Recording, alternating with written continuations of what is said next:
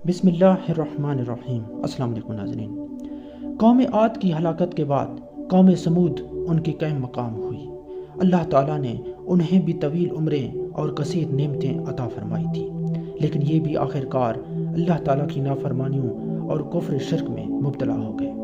ان کی اصلاح کے لیے اللہ تعالیٰ نے حضرت صالح علیہ السلام کو رسول بنا کر بھیجا۔ حضرت صالح علیہ السلام قوم کو اللہ تعالیٰ کی وحدانیت پر ایمان لانے اور بت پرستی چھوڑنے کی تبلیغ و نصیحت میں مصروف عمل رہتے تھے۔ آپ علیہ السلام کے بار بار اصرار اور مسلسل تبلیغ و نصیحت سے تنگ آ کر قوم کے سرکردہ لوگوں نے یہ فیصلہ کیا کہ ان سے کوئی ایسا مطالبہ کیا جائے جسے یہ پورا نہ کر سکیں، اور یوں یہ اپنی تبلیغی سرگرمیاں بند کرنے پر مجبور ہو جائیں گے۔ ایک مرتبہ اس قبیلے کے سردار لوگ جمع تھے۔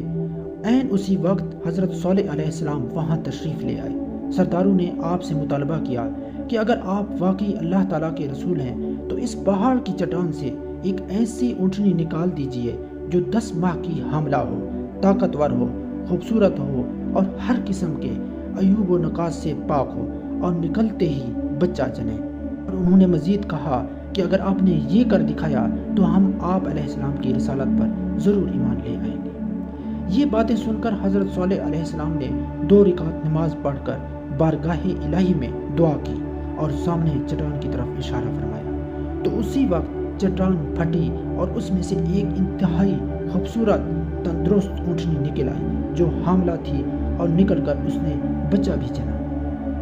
حضرت صالح علیہ السلام کا یہ حیرت انگیز اور عظیم الشان معجزہ دیکھ کر کئی لوگ ایمان لے آئے، مگر دیگر لوگ سرداروں کے بہکاوے میں آ کر اپنے وعدے سے پھر گئے اور ایمان لانے سے انکار کر دیا۔ اس کے بعد اونٹنی اپنے بچے کے ساتھ میدانوں میں چرنے پھرنے لگی۔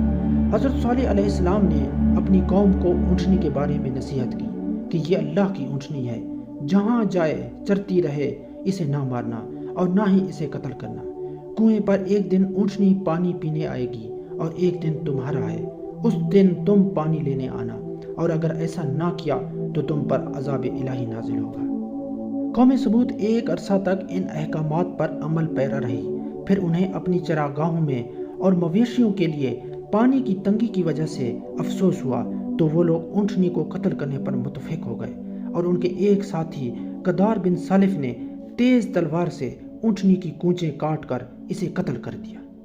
اونٹنی کے قتل کے بعد قوم سمود کے لوگ حضرت صالح علیہ السلام کے پاس آ کر کہنے لگے، کہاں ہے وہ عذاب جس سے تم ہمیں ڈرا رہے تھے، اور اگر تم اللہ کے رسول ہو تو ہم پر وہ عذاب لے آؤ۔ تو حضرت صالح علیہ السلام نے ان سے فرمایا کہ تمہارے پاس 3 دن کی مہلت ہے، اس کے بعد اللہ کا عذاب نازل ہوگا۔ اس کے بعد جب مہلت کا پہلا دن آیا تو حضرت صالح علیہ السلام کے فرمان کے مطابق ان کے چہرے زرد ہو گئے، دوسرے دن ان کے چہرے سرخ ہو گئے، اور تیسرے دن ان کے چہرے سیاہ ہو گئے۔ چوتھے دن صبح ہوتے ہی قوم سمود نے ایک ہولناک چیخ اور کڑک کی آواز سنی، جس سے یہ لوگ تباہ و برباد ہو گئے، اور اس طرح انہیں عبرت کا نشان بنا دیا گیا۔ مزید ایسی ویڈیوز دیکھنے کے لیے ہمارے چینل کو سبسکرائب کریں۔ شکریہ۔